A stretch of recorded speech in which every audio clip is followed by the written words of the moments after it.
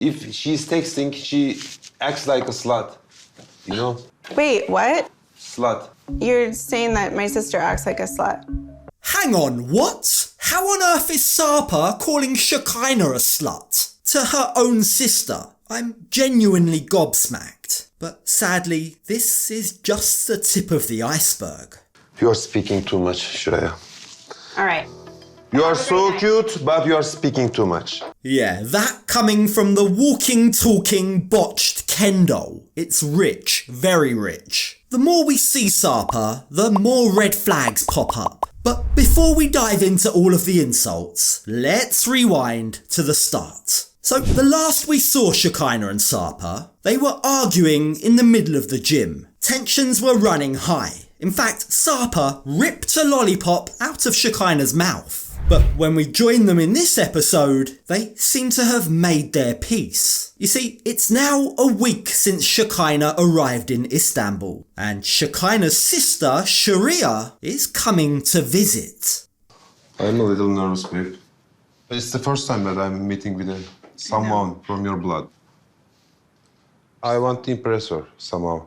It's comical, isn't it? He's acting like a lamb in sheep's clothing. There he is, batting his eyelashes, talking about how he wants to make a good impression. He really wants to impress Shekinah's sister. But the very fact that he's concerned about that implies that he has some self-awareness. He knows that right now, she's not gonna like what she sees. And the sad part is, Shekinah seems all too willing to sweep their issues under the rug. She knows there's lots of red flags, but she's coaching Sarper on how he might be able to evade her sister's detection. So just like make her see that you do care about me, not just yourself. I'm interested with you. I mean, I'm weighing you every day. I can't take this guy seriously. He's totally delusional. He's really standing there with a straight face, trying to frame his controlling behaviour as being love. But Sarper weighing Shekinah every morning as a way of trying to force her to lose weight, force her to reach a goal that you've set for her, isn't love, despite what you try to tell us. It's not for me. Do you believe that? I'm weighing you in every day. I want your hair to be like this. I want you to be the most beautiful girl in the world.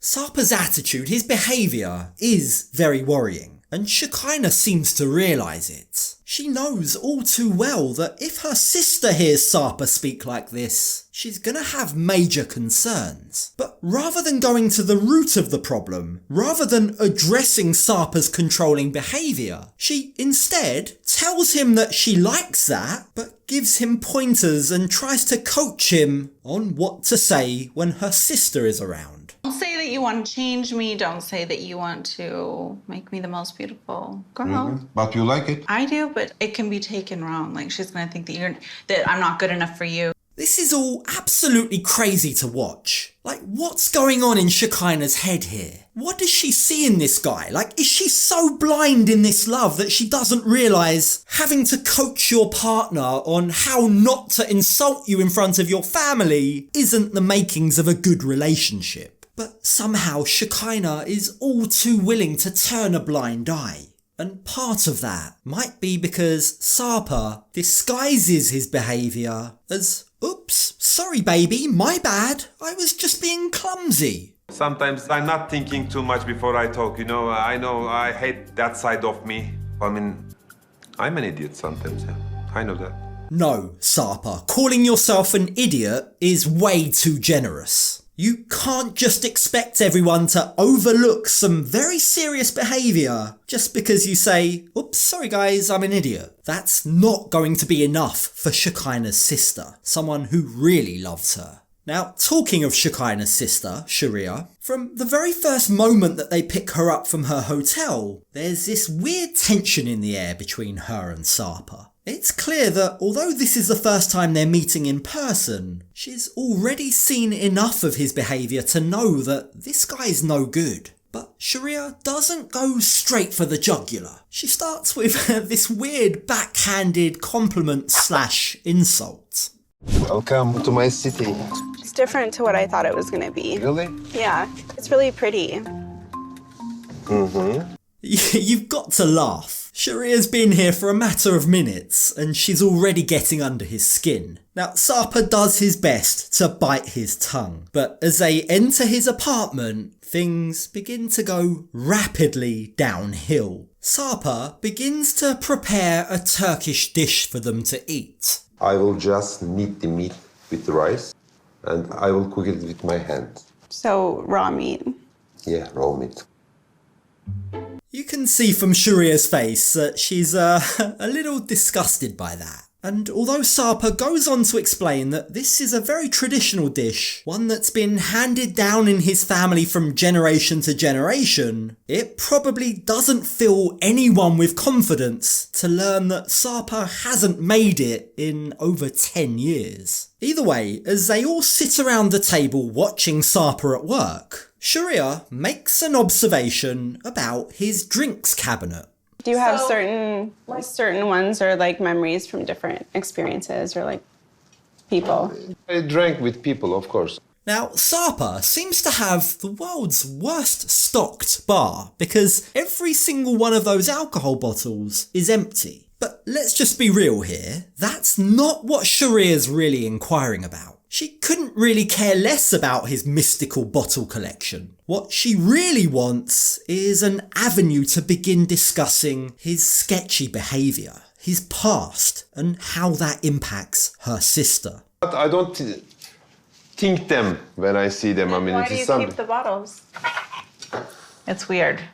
It's not weird. It's weird.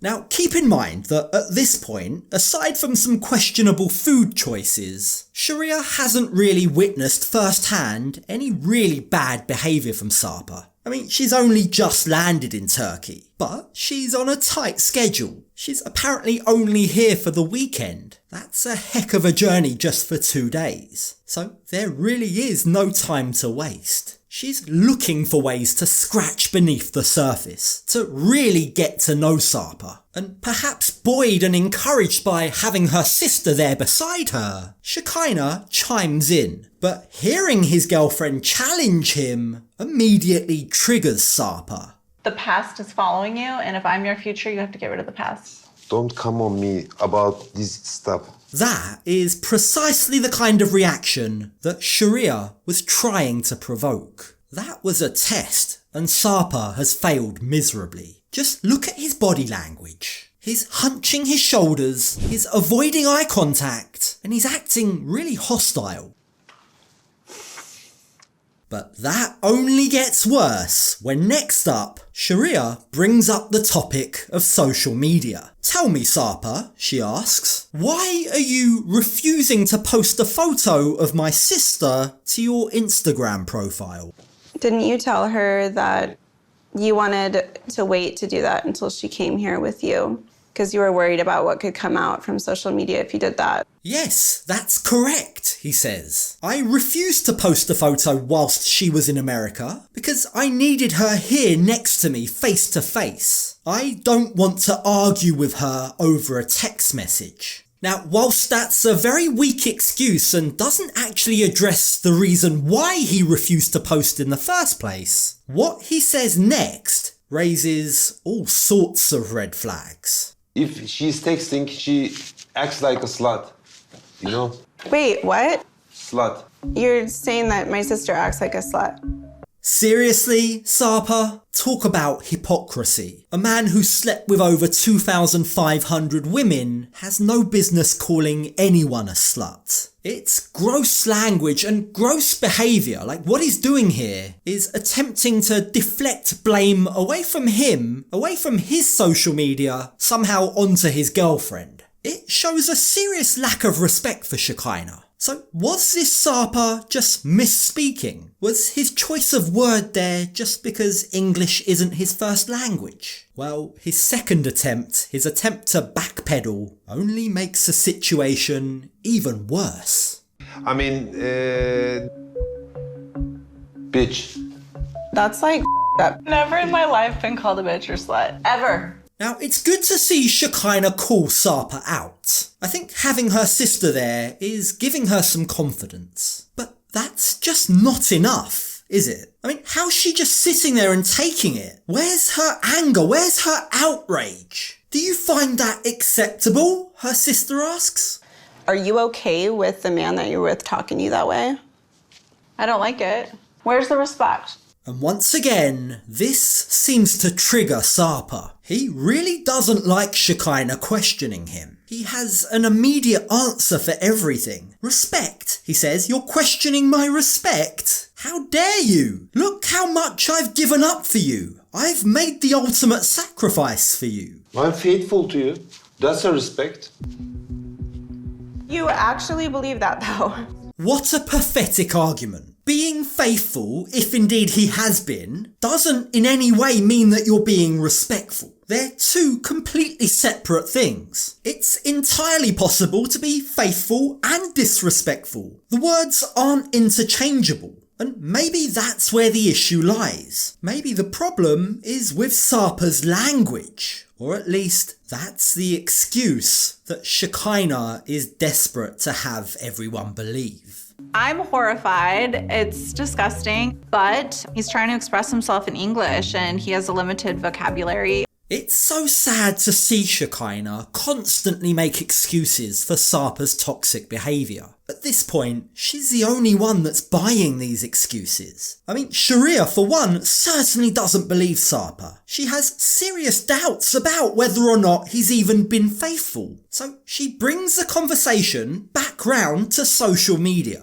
So if Shekinah wanted to see your social media and go into your DMs right now, how do you feel about that? I never let her. Now look, a few things are true here. Firstly, no one just has a right to go through anyone's messages, right? But secondly, I think we can all see that Sarper is clearly hiding something and he's not exactly doing a good job at it. The truth is, Shekinah shouldn't need to go through Sarper's DMs to know that this isn't the right guy for her. He's a walking, talking, insulting, gaslighting red flag. There's literally no redeeming characteristics that this guy has. But whether he's guilty or innocent, there's just absolutely no way he's gonna back down. That's because You have something to hide. It's my private. No, it's because you have something to hide. If I give that right to her, she can want everything. Okay, give it to me then.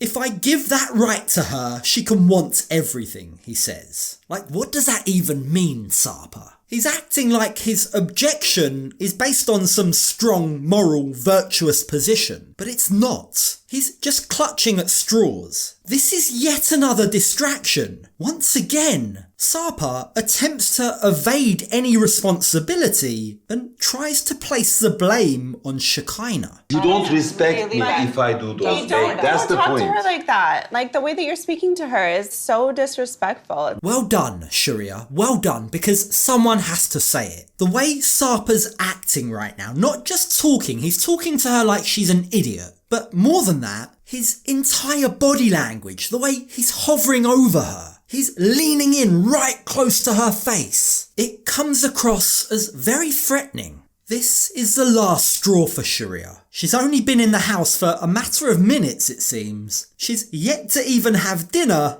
but she's seen all she needs to. DMs, posts, DMs, posts. Okay, I'm gonna go back to my hotel. No, please. Yeah, no, I am.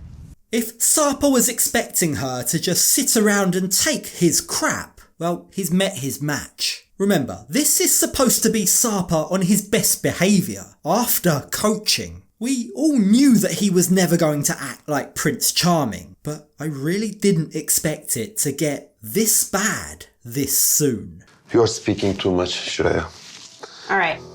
You are so cute, but you are speaking too much. I mean, how's that for a goodbye? Do I even need to say it? This guy is a total pig. There's just so much wrong with what he just said. Like, you're so cute, he says. He's reducing her worth to her physical appearance, right? He's just completely ignoring that this is a person with feelings, thoughts, and intellect. She has every right to speak up in defense of her sister. But Sarper completely dismisses that. You talk too much, he says, as though he expects her to just sit there meekly in the corner. If it doesn't alarm Shekinah and really raise red flags to her, then I kind of feel like I'm wasting my time here.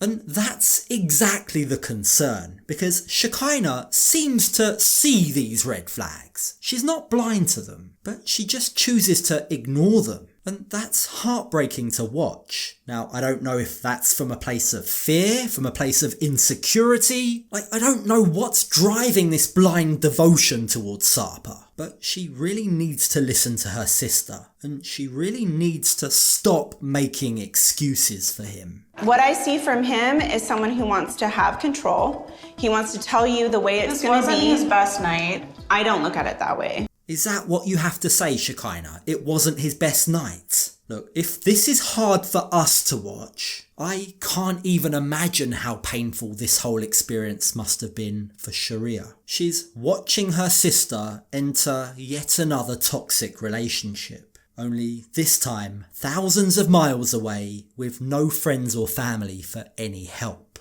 I just really hope that tonight has been enough for Shekinah to come to her senses. This night went about as badly as I think it could possibly go.